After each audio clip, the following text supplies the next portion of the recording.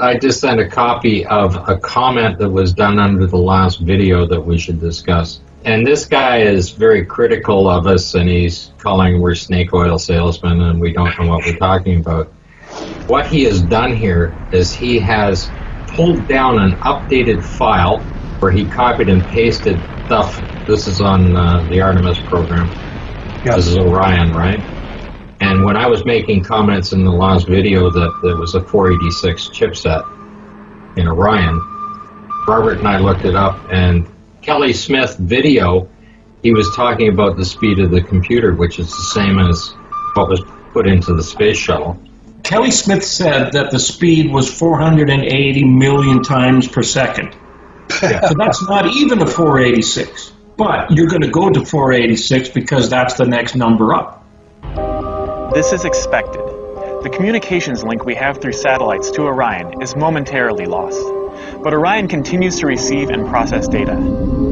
Its computers can handle 480 million instructions per second. I believe when I was listening to one of the presentations on the space shuttle from the British Interplanetary Society, that he was talking about the updated on the computer. I think he was talking about the 1991 space shuttle where they had updated it to the 486 chipset on there, and it was the first use of digital communications on there. I don't recall the gentleman's name, but it is on the British Interplanetary website, that presentation that was done there on it. What this gentleman has done, this William Mann, is he is taking the new snake oil and fluff that NASA is doing, because he even copied and pasted the part of the article in there, which was written by Zach Werner Flinger, and it shows that it was published in 2014 and updated July 21st, 2022. And now they're saying that they're using a PowerPC from IBM, a 750X single-core processor, right? And that came out in around 2002 on the thing. But that is not what the original documentations. See, when people are making comments under the video and they're reading updated fluff, and NASA is continuously updating their files, why do they need to update a file? Is the file data correct the first time, or are they just trying to cover their ass when they make mistakes, or when they have information out here that they put out and they're going to update it to say, no, we're better than that, that we're using the newest technology? Orion does not have the latest technology in it. Yeah, but now you got to make sure that you identify the two. You have Orion and you have Artemis. Yeah, but what I was talking about was Orion 2014 flight. And they turn around and they put all this stuff in here. NASA had to update the file on Orion. Well, pretty soon, the thing, it won't have any problems by the 2014 flight. Nothing about the heat shields. That'll all be updated and everything else. You know, they're back to using the original heat shields from the Apollo era on it, right? And somehow they're going to have to claim that that's their newest and greatest technology. And if that fails, then where are they going to go? Because they don't have any other technology. But this is just an example. And this guy, well, he's commenting about the two of us, you and I, Marcus, that we're snake oil salesmen. Yeah. Right? Wonder what the snake oil is that we're selling. He says, I have commented many times in the past on what fluff and bad history you two have. Well, he's using an updated file. Go back to the original file where we gathered the information. Yeah. Because that's exactly what they state. And the reason why they're doing it is to confuse these people. And if this man wants to enjoy himself instead of watching our videos, what he should be doing is just putting in cats on a keyboard or watching little TikTok stuff, right? Because he has no reason to be here and thinks that he knows something when he's only reading a small portion. And this is what people are doing with the Apollo missions. They're just taking all of that information and somebody says, oh, well, we went and everything worked, right? Wasn't a problem to go through the belt, so this wasn't a problem, everything. And it was just luck. And people believe that. Yeah, they do, because NASA's telling them. You throw enough shit against the wall, some of it's going to stick. That's what NASA is doing. Billions of dollars they're spending to change the files to confuse people. And of course, tomorrow, Artemis is on the launch pad scheduled for tomorrow, right? I think they'll have another delay. I'm looking at the solar events to see if there's another one. And this is what you encounter, and people, they take one little piece of information and they have formed an opinion. And they think they're right, and they get other people that have very little information and have formed an opinion, and they think they're right. Because they do so little information or searching for the truth, they think that we don't work any harder at it. We understand the subject. We have knowledge about the subject. We know the history of the subject. We know what's been said for and against it. And somebody coming on to challenge us would have to be very, very well informed to be able to do so convincingly. It's very easy to insult somebody. But I can say that anybody calling us a snake oil salesman is a complete idiot, because they don't know what they're talking about. They really don't. The person you've been responding to, Dave McKeon, Yeah. right? I was surprised that he responded back. And you saw what I sent him for images. Yeah, I did. Because I sent both you a copy on it. Apollo 12 does it, but Apollo 14 does it better. There's the shadow that I sent him. Of course, his excuse is that it was being shot through a window. And if it's being shot through the window to create a double image, then why is only the shadow a double image? Why isn't the entire photograph a double image? Yeah, good point. And, of course, in other videos we've done, I was talking about them moving and adjusting the lights to get them into focus. And here's an example, because now the shadow is off at the top. This is the first photograph, and there's no double image over here. Only the double image is there. If it's being shot through a window, I mean, I guess you could adjust the angle so it shoots through double pieces of glass, but it's only the shadow is being affected. And that must be one very unique piece of glass only to affect the shadow. And of course, now it's at the top. Now it's off to this side. You see, everything else is clear here. Nothing wrong with the reticules on there. And then here again, I'm just going through the sequence of these are in order. Nice and clear here. Double image. Tell me, Scott, do you know if the windows in the lunar module, are they double paned? Yes. Well, if they are, then it should apply to all the image. That's right. If the camera lens through two pieces of glass were causing a double image, everything in the photograph would be a double image. Why are there no double images on those crater rims? And now you see there's only just a little hair across this side on this one. Yeah, they're changing sides completely. Yeah, the only thing that would cause it would be if you've got multiple lighting and you're adjusting it. Yeah, but surely if there was double image coming up here because of two panes of glass, you get the same effect. Everything would be through. Yeah, and you get the same effect on the film, which was shot through the same window. The Mara 16mm film camera shot through that window. So why don't we get a double image on the film? Which we don't. That shadow changes from right to the right. You see here, if you come up a little bit, there's a little bit of reflective image from the window. That's on the window. You're seeing a little bit whatever's inside back there on. But everything else is clear. I mean, that hazes it a little bit, but there's the bloody shadow. And everything is clear. There's no distortion down here at all, no double images. And it's right down to here. Like, this is all the way from the very bottom all the way up. This is the type of things that people just say, well, it's through a window. Well, obviously it's not. And a single light source cannot do this. One of the astronauts standing outside with his bright white spacesuit is not going to be able to create this. Some of the comments that are being made, and I realize these people want to believe and do believe that man landed on the moon, right? But when you take someone that's using a camera, and like, of course, he's not using a film camera in any of his stuff, and there are great differences between the two on the thing. If the double pane of glass is going to create a double image, then it wouldn't matter whether you're using film or digital or whatever, it's going to be there. What other explanation can you have? Because it's the light sources then that are now moving. And anybody that set any stage production up, I don't care if you're in high school and you're adjusting the lighting and you wanted to create a nice solid image on the stage, you're using shadows on a back wall or whatever, and you're doing that for your effect. even high school kids would be able to figure it out. But of course, one point that most people seem to totally overlook, mainly because they don't understand it, it's the Hasselblad cameras were using photographic film. And we now know that photographic film cannot operate unpressurized in a vacuum. We've tested it. You've done it.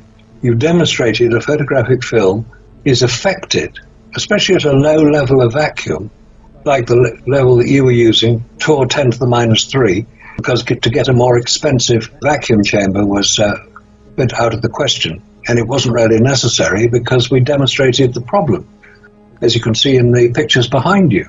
Photographic film is affected by vacuum. Torr 10 to the minus 3 is relatively low vacuum. That's the Kármán line. That's 60 miles above the Earth's surface. And this is the point that many people overlook, that in order to get photographs on the lunar surface, assuming anybody got there, but let's say for the sake of argument that somebody did get there, and they use the Hasselblad camera, which we've seen in many of the photographs. We know what it looks like. We know what it can do. It was not pressurized. If it had been, we'd have seen it. So every photograph taken allegedly on the lunar surface was not taken there. It was taken here on Earth. But you don't need a pressurized camera because the film is designed to work in an atmosphere. This is what we were looking at yesterday. Was it day before yesterday? Went through a bunch of those different photos, and you have a whole stack of these photos that there's no reticules on them. Then all of a sudden, the reticule's back, and then on another magazine, they're all gone again, and then on another half of a magazine, they're back. The reservoir plate has those screws on them that are all rusted out. Yep. So how do those astronauts, how are they able to take those screws out of that reservoir plate and then just toss it aside and say, oh, well, we're just going to take some photos? Or did they have a Hasselblad camera there that did not have a reservoir plate? And then here's the second part of this problem, is that the magazine is made for the Hasselblad 500C camera. Therefore, you cannot just clip it onto a Mauer DAC camera. It will not fit. It won't work either. No electrical links, no mechanical links. I figured that some of the photographs from orbit, which would have been done in some kind of a studio, but that's not what they claim. Of course, you're going to look at these, and you're going to see no reticules in here whatsoever. I'll just go down through a few of them here, and then you get the inside shots, no reticules. And this is all on magazine 36, so everything in magazine 36 do not have reticules. And then you get into magazine 37, and that's, of course, the anomaly where the CSM is below the LEM, which never happened. But you see there's no reticules there. And when you come down, you hit all these ground photographs as well, right? This is in 37, no reticules. And you come down, you hit magazine 39 here, and you go in 13 photographs. There's the very first one, that's magazine 39, 5750. Is the first one with reticules. Yep, definitely. Okay. You can see them definitely there. I'm going to pull 49 up here. There's the two of them side by side. Like this is 49, this is 50. And I'm sure if you go to the journal site, there's only a minute or so between taking the photographs. Actually, they look like they're taken right in sequence. If you're looking at these two photographs, right? Yeah, there's a slight difference between them. But that's the full frame. I'm just looking at the image down here. One shows a little more of the shadow than this one does. That's right, yeah. So they've just moved it. But all of a sudden now you've got reticules. Well, that shouldn't happen on the same camera.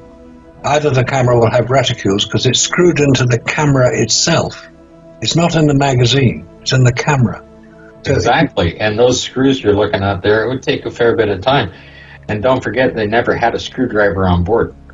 If you look at their equipment kit on the thing, the only thing they had was the tool to open the door for the CSM from the outside if they couldn't get in. Yep. They had a few things to help tighten the door if it didn't seal. They ought to have used a little brush to make sure that the dust was taken off the door. That brush was in the equipment in the descent stage of the LEM. And so is that handle. That's funny. The handle to get back on the CSM is stored down on quadrant 4. right where the camera is, right in there, and the brush and all the other stuff in there. But their tools that they had on board the thing, other than the void bolt, the hammer, and the grasping tools and stuff like that, there's no listing for screwdrivers or anything else, or wrenches, even the PLSS.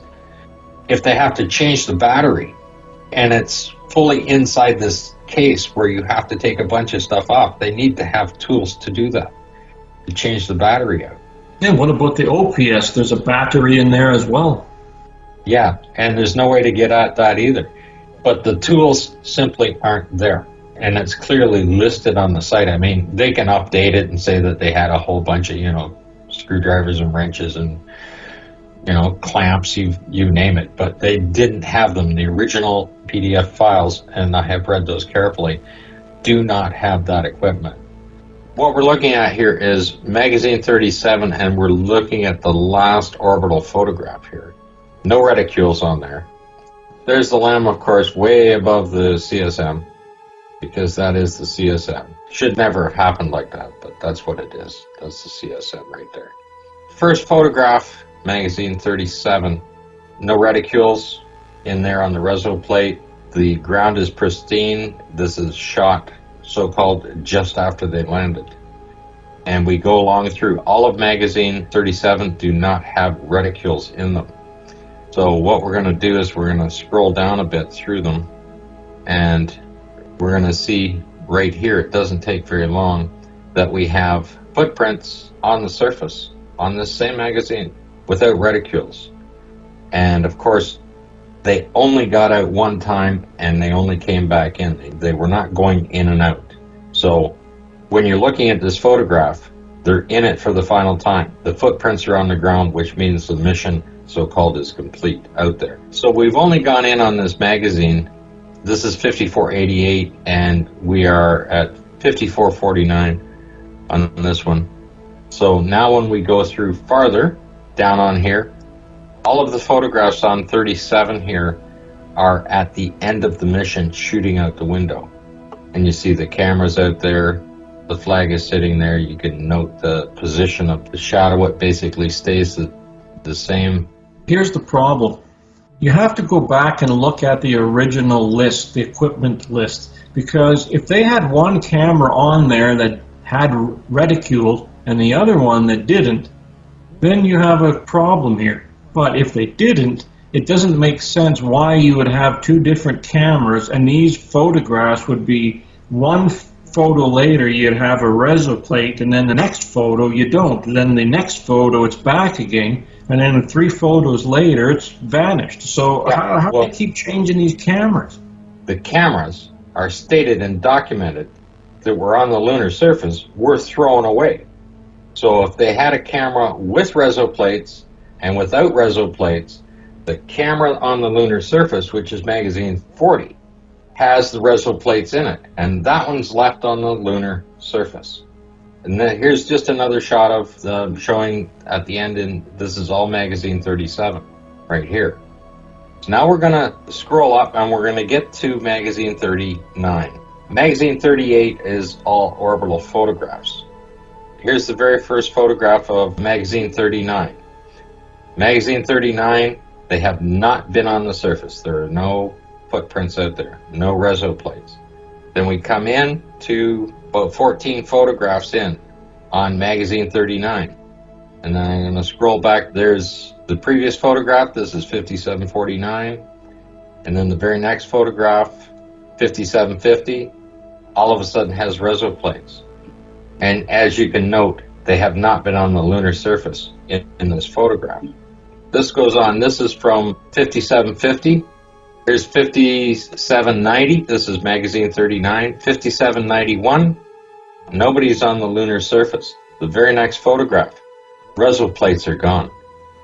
All of this could have been done for editing.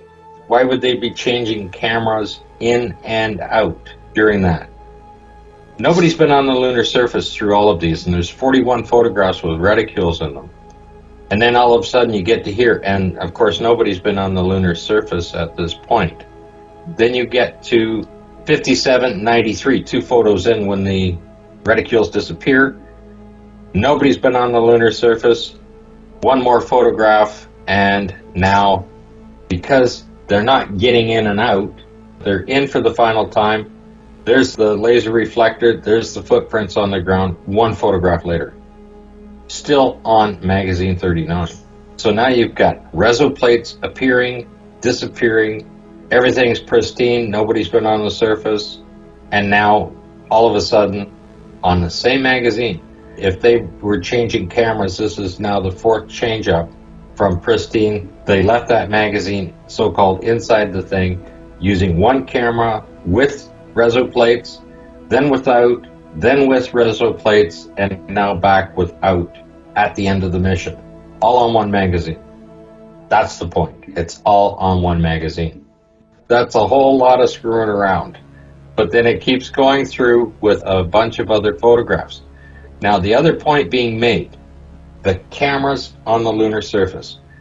Buzz Aldrin apparently did not even bring a camera to the lunar surface, and that's almost an impossible. They must have been having some kind of an argument for him not to want to take a picture of Neil.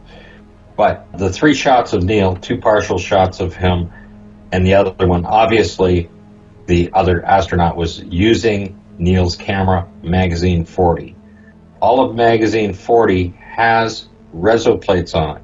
So if the camera inside the lamp, which is a third camera that nobody talks about, does not have reso plates. Number one, they were reducing weight before they took off. My understanding is they threw all of the cameras out. That would mean that these photographs being taken in here were taken while the door was open. Then all the cameras were thrown out. They had it pressurized. It's in the video. They pressurize it and depressurize it, and they did not have contingency to do that. They did not have extra material or oxygen or anything else to be able to do that. And they got in there. The raw video, the original so-called raw video, is they pressurize it up, they depressurize it. It only takes a couple seconds, and they open the door and they throw the PLSSs out. Every time they depressurize that, you're going to need more oxygen to repressurize it. You can't just pump in air. It has to be a mixture of gases. They have to have the resources to do that, and the documents say that they only had enough to do it the one time. The weight restrictions on this machine were so intense. That's why they had mission specialists to reduce the entire weight on every part of the way. Every time they open that door, that means that all the atmosphere, all the oxygen's gone, and then they're going to have to fill that back up again. So every time they do this, where's all this oxygen coming from? They didn't have the extra. That was the whole point. They didn't have the extra. And the other thing in Apollo 11, when you're looking at it, and here's just the typical, they're back on. They only exit to the ground and come back on once, and that is the biggest point. None of the photographs show the cameras on the ground that they threw out. None of the photographs show the PLSSs being thrown out. In the other missions, you can see them on the surface, so-called. And all of these photographs in 39 here, part of it is pristine before they got out, part of them has reticules, and they just keep switching this particular magazine, so-called in and out of cameras, because some have reticules, some don't. At the end of this magazine, none of them have reticules back in them. There's nothing stated that there was this extra camera on board the lamp. They went down with 2 cameras with reticules on them. The one that wasn't used was Buzz Aldrin's.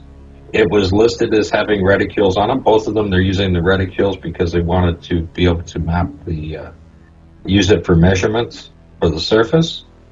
The CSM obviously doesn't have reticules on them because none of the photographs of them in there. Of course, that would be done in a separate location in a simulator in any kind of hangar building or whatever, where they had the simulator set up. Oh, by the way, see that hole right there? That nice round hole? And take a look at this sitting out. This is now upside down from that. That gets flipped upside down. Now this is right on the line, right at this divide here, and it is no longer there. It's not there. They've kicked it in. And that other photograph shows that it was kicked in. There's the bag. Right? See where the bag is? Actually, this piece right here should be sitting right there. Gone. Completely regroomed. There's the bag across to it, the bag across to the shadow, right? This is gone. And that's what I said, that other photograph, when it comes in here, kicked upside down. There is another one of the horizon here. See the size of that rock? That ain't it. Actually, it looks kind of close. Maybe it is on the angle. But that other rock, where it's all busted open there, showing all the junk that's inside of it, they're intentionally doing that. That's a beautiful shot right out there. Just right to that. Can't go any further than that, can you? Nope. And then you've got this. Way the hell out. Is it an angle on there or not? But you see what they did on this rock here. That's the same rock. They came in and they chopped the hell out of it to open all this up, to show all the stuff that's inside of it. What they were doing in Apollo 11 was very subtle compared to the rest of the missions. The one from Mars to the Moon actually have a few more details up there, and then you're going to get into rocks that look like this, which I don't know what it is, but it sure is not a rock. There's a pipe sticking out of here, another pipe sticking there, all kinds of stuff. You can see over here, look at that. I almost think those are big tires or something sitting back there. Perfectly round hole, that piece right in there, that whatever kind of a casing it is. But March to the Moon, because they put a larger format picture in, right? And of course this is a silhouette of an astronaut saluting you. Who knows? Look at this rocker. Look at this thing right here. Have you ever seen anything like that? And of course, they managed to put everything's basically on the same angle when they're doing this stuff too. So they were having fun on the set when they were building it. Look at the stuff on here, the bands on top of the piping and stuff. And just continues on. Look at this casing here. That's got to be a transmission case. That whole section down there is landfill. Yeah, well, you see the babies right there. That is just hilarious. Yeah. Look at the beautiful shape around there, the little carrying case for your little baby to. And I imagine somebody would look and say, "Hey, I used to buy one of those for my grandkids." Right? Well, the funny thing is the hairstyle on that doll is 1960s. Like everything was just plastic. There was no hair. But when you see this particular rock here, and of course we've looked at it, how it's all messed up. That just can't happen. This is not just camera angle. It's not anything else. This thing has been cut open and a piece of metal pulled out of it and stuff in that other photograph.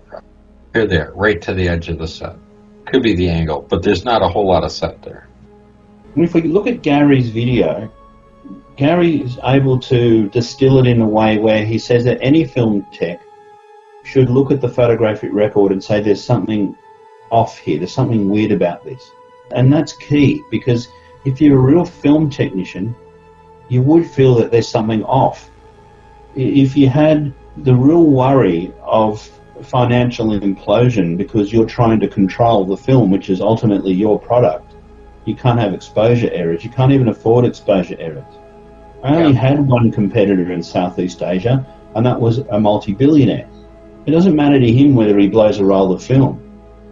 It matters to me if I blow a roll of film, because I can't afford to keep buying film. I just can't. I mean, I'm literally on an edge where if I don't control, it's just a funny coincidence. If I grew up wealthy, we wouldn't be having this conversation possibly, because that fear that I've felt, that worry, that's those sleepless nights of worrying about, 20 cans of 2,000-foot rolls of film that are sitting in my building while I'm trying to sleep at home, and I'm worried that the air conditioning is going to stop, that I can't control the cool room or something, and it's happened in the past. See why I'm afraid, why I'm worried? My competitor has 300 staff, and there's always somebody 24 hours a day to look after their film, and even if he loses a roll of film, it means nothing. I'm dealing with food that can go off, essentially. You see? It's quite interesting, the technical skills that you have to have. just to handle the film. Yes, it is. Like, I'll put it to you this way. The chemist in the film laboratory that I would have to talk to every day, and the person in the control department that I would have to talk to every day, it's very possible that they've never ever shot one still image on a camera in their life. They don't need to. What they need to think about is control and chemical control. They don't even need to have a love of film. They don't need to care about lenses or shutter speeds or anything like that. In fact, they may never have shot one image in their entire life. They may not even know how to handle a camera. I mean, it's unlikely, but if they didn't, it's not part of their skill set to know that stuff. What they need to know is how to control a film laboratory, make sure the chemistry is stable. They have to chart it every few hours. They've got to make sure that everything is within certain tolerances in the film processing machine. You're talking about having to control the environment around that film. You're concerned about the barometric pressure, dust in the room, the temperature, the humidity, as well as random radiation that could be waving through the building. So you need a Faraday cage to work with as well. Well, we didn't know we needed a Faraday cage until I got to a point in my career where we couldn't explain what these exposure errors were. It made no sense that it could be the film recorder. It just made no sense. It was so weird, and all we could put it down to was cosmic rays. And that's why I was told by the chemist that the only thing that he could see how those exposures got on the film and ruined my film, and so I didn't have a product to sell. Essentially, I'm putting the best steak money can buy. I'm about to cook it for the Prime Minister of Canada, and every time I'm about to bring it to the plate, I can't do it. So he's thinking, here's this Scott guy that I'm sitting down in his Michelin-starred restaurant, and every time I want the best steak, and I hear Scott's the best, you see the point? I can't eat the steak. And that was what was happening to me. And we ruled everything out. We ruled out the fridge. That was ruining the steak. We ruled out where the animal was killed. I mean, all of the chain to get to that steak to the plate for the Prime Minister of Canada, to put it in your thinking, we ruled everything out. The only thing we had left was cosmic rays. And I can't say that in my career, I've only ever seen this problem once. So for years and years and years, we were using film, and people use films without Faraday cages. You don't walk into a film laboratory and see Faraday cages everywhere. You don't. It's not a norm, not a technical norm in our industry. It was a solution to try and solve this problem, and all I can tell you is that once we started using Faraday cage technology, those issues went away. Now, they could have gone away for two reasons. One, because of the Faraday cage, or two, because the cosmic rays that we happened to experience at that time happened to sensitize the emulsion in a certain way to give those certain things, and that may be the only time in history that was ever going to happen. We will never know. But I didn't want to take that risk again, because I couldn't risk it.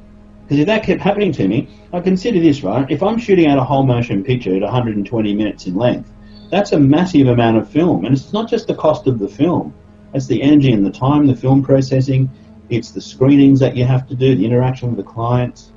I mean, there's a whole massive amount of energy that goes into just producing a print off the negative that I'm responsible for, the negative film stock that I'm responsible for, and getting that negative film stock processed and clean and looking as best as possible. See, in the past, a film lab was a film lab, and all the specialists were allowed to work. So all our specialists would say, okay, the film lab is not going to try and do what we're doing because they specialize in the chemistry.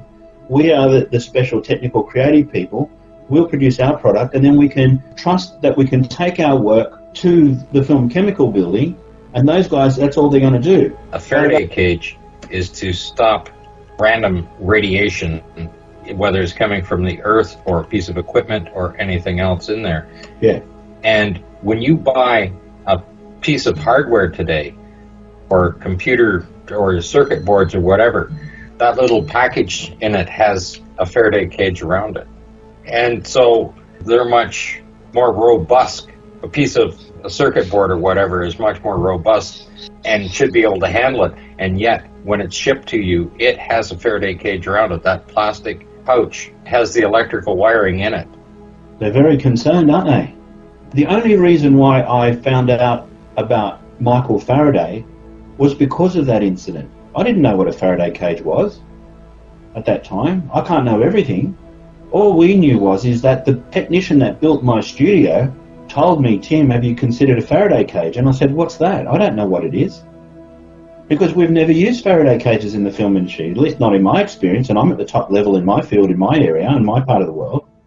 So a Faraday cage was just nothing that we would consider. Once I started to understand the concept of it, now I had to focus on it because it meant that if I don't have something to stop these problems, I can't run my business, I can't meet my deadlines, and my business is finished, and I'm in big trouble. When you're talking about the film and the emulsion, the Saturn V rocket taking off, launching, putting out more than 205 decibels, the sound and vibration of that engine taking off vibrates the air so rapidly that it actually makes the sky light up. Now, what happens to an emulsion if you subject it to a vibration that is running 180,000 cycles per second? I mean, that vibration will liquefy a human being. What about the film? It's on board.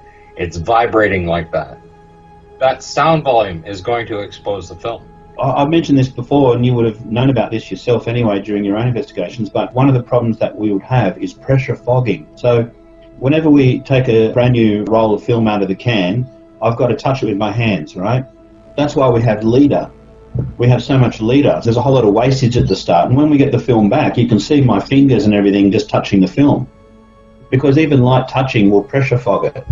No light at all. That little bit just squeezing the emulsion. Yes.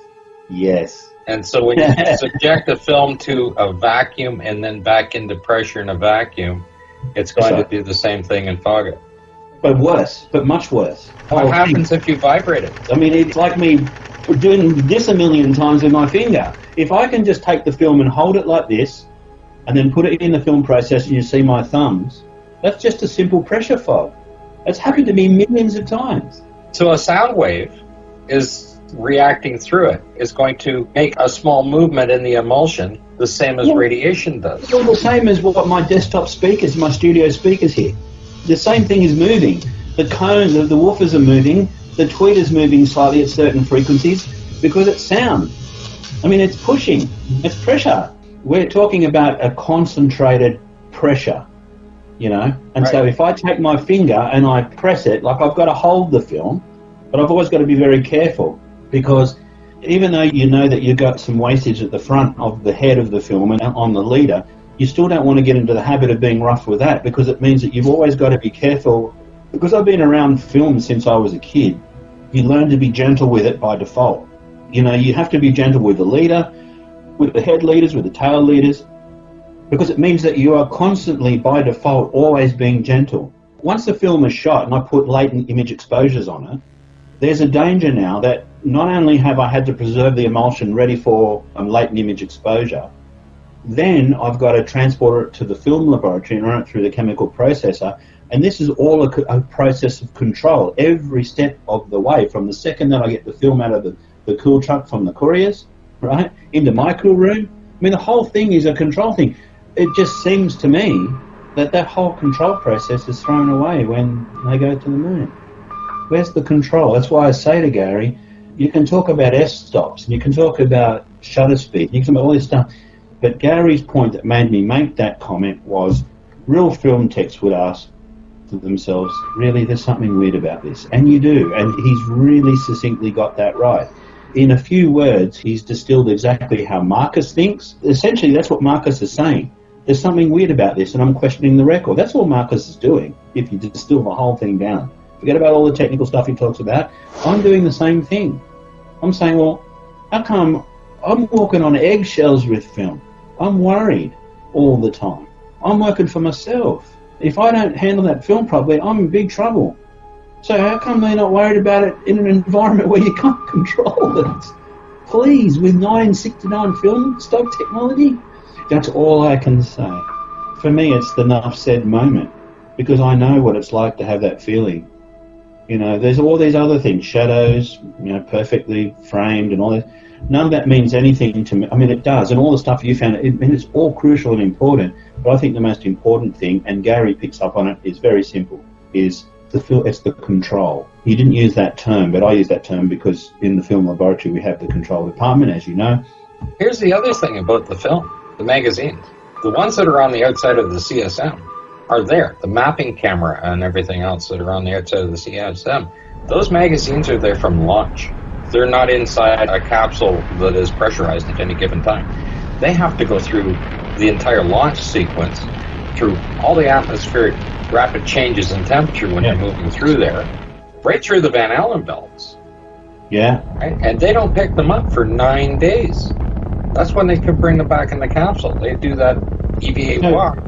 Essentially, if Tim is afraid of how the film is going to be transported to my studio on Earth, the Saturn V, we could liken it to a courier. It's couriering astronauts, apparently. It's couriering rocket fuel. It's also couriering a batch of film stock. Is that in a cool room somewhere? Where is that? There is equipment that's on the outside of the craft. There's equipment that's in the descent stage of the LEM, which is also outside of the craft the entire way. By the time that film would get there, unless it's not being transported in some kind of cool room without any chance of vibrations or pressure fogging or heat fogging, if it's not being protected by a Faraday cage, maybe the Saturn V, its frame is a Faraday cage, I don't know. I don't think it is. I had discussions with somebody else about it, I can't remember. But the point is that if we just consider the Saturn V is a courier delivering film to the film studio is Tim's studio on the moon, how do I know that film, by the time it gets to me and I put my first latent image exposure on it, that film's going to be any good until I get it back to Earth, put it in a film processing machine and see what the result is? We don't see any strange aberrations. We don't see any of that. The only weird footage that we see about what was shot on film is only the fact that they just kept shooting it and shooting it, image transform, just to degrade the pictures. But if they would give us the opportunity of looking at the original negatives, we're not going to see things like what I experienced, like cosmic ray exposures and things like that. And that's going to prove that they never went anywhere. It's as simple as that.